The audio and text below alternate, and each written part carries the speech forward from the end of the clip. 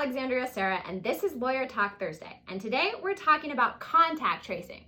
Now, before you say, no, boring, and scroll, stop, watch the rest of my video, and understand why, other than masks, this is the most effective way to slow the spread of the coronavirus in El Paso. Because this shit is serious. So I know you're all paying attention to those numbers, whether you see them on Twitter, the news, whatever, on how many cases we have a day and how many deaths we have a day. Well, let me tell you right now, that is not painting the whole picture of what's going on in El Paso. We're not even talking about the people that are asymptomatic or just won't get tested for whatever reason. We're talking about the people that actually come out positive. So I didn't know much about contact tracing because when I tested positive, nobody called me. So I called El Paso Public Health in anticipation of this lawyer talk and said, hey, here are my questions. And in that conversation, I was like, why didn't I get a call from a contact tracer? So I looked up my name and date of birth, and I'm not in the system. I tested positive 17 days ago. How many other people have a similar situation that went to CVS, Walgreens, a private clinic, an urgent care, that those numbers are not being reported to El Paso Public Health, which then the city publishes those things that you see on the news? It's insane. And I confirmed that those entities are late reporting if they're reporting at all. Most of the numbers that we're seeing on those statistics are from the testing sites, city and county-wide, as well as the hospitals. So there is a pretty large part of our population that has probably had it or is positive that's not even in the system. So why is contact tracing so important? Well, you test positive, and of course, 2 days before you have symptoms, you're what's called a super spreader. So what's considered high risk now, according to the CDC, is one person who's positive, one person who's negative, both in masks, together for 15 minutes, less than 6 feet apart. That is considered high risk. So what a contact tracer's job is, they see that you're positive, they give you an isolation order, which then you can present to your employer, your school, something like that, to have an excuse for not working and then staying home and getting better. Then a contact tracer asks you questions like, who were you with during the time right prior to you testing positive and since? Now, most people are saying no, nobody, right? The guy actually told me a story of he's on the phone with this individual who is positive, mind you, for COVID. And in the background, after asking this person, hey, have you been in contact with somebody? And the person's like, no, nobody, it's fine. I've just been staying home.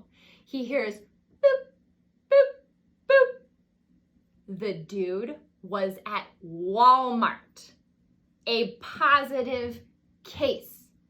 This is the stuff that we're dealing with. So I can't stress it to you enough that you need to cooperate with these contact tracers, because once they decide, say, I exposed 5 people potentially to the coronavirus. So then what the contact tracer does is gets in contact with those 5 people and says, hey, you need a quarantine for 14 days. One, it alerts them that they may have been exposed, which is good. They can pay attention to their symptoms. They may not mistake congestion or a cough or something for another illness other than COVID. 2, they're going to get directions from the city to quarantine, which is a government order.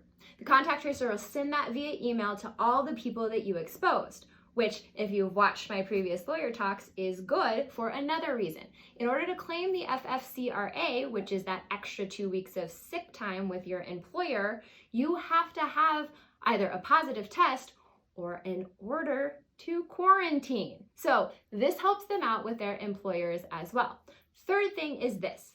Under federal law, HIPAA, El Paso Public Health cannot disclose this information to anyone. They actually don't even tell the people you exposed who exposed them.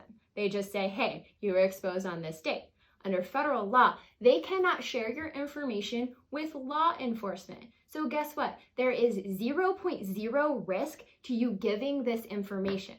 And in you giving this information and taking 15 minutes of your time, you could save a life, you could help somebody who's going to be sick get an excuse from their employer to quarantine at home, and you can help our community slow the spread of the coronavirus. Now, the other thing is I screwed up. I didn't self-report. I should have thought, well, it's really weird I didn't get a call from a contact tracer. Even though I texted all the people that I exposed during that period of time, like, hey, I tested positive, you may want to quarantine, like, I'm so sorry. Not everybody does that. But even if you do, you have to self-report. Samanigo's order number 14, whether or not it gets upheld, says this, is that you have an obligation of a citizen of El Paso to report within 24 hours if you don't get a call from a contact tracer.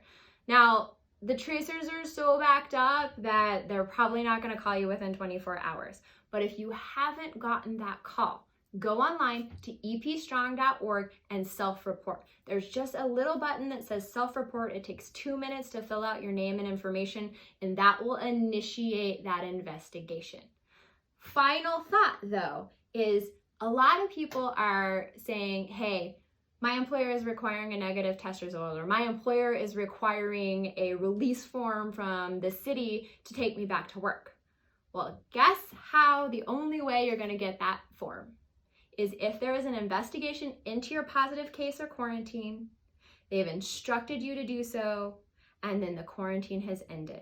At that point, there are people at El Paso Public Health whose job it is to give you those release orders. But if there isn't an investigation into your positive case or quarantine, you're not going to get a release order. So you're going to end up having to test and test and test and test until you're negative. So take all of those things into consideration when you're deciding whether or not to talk to these contact tracers, because it's only going to help us stop the spread of coronavirus.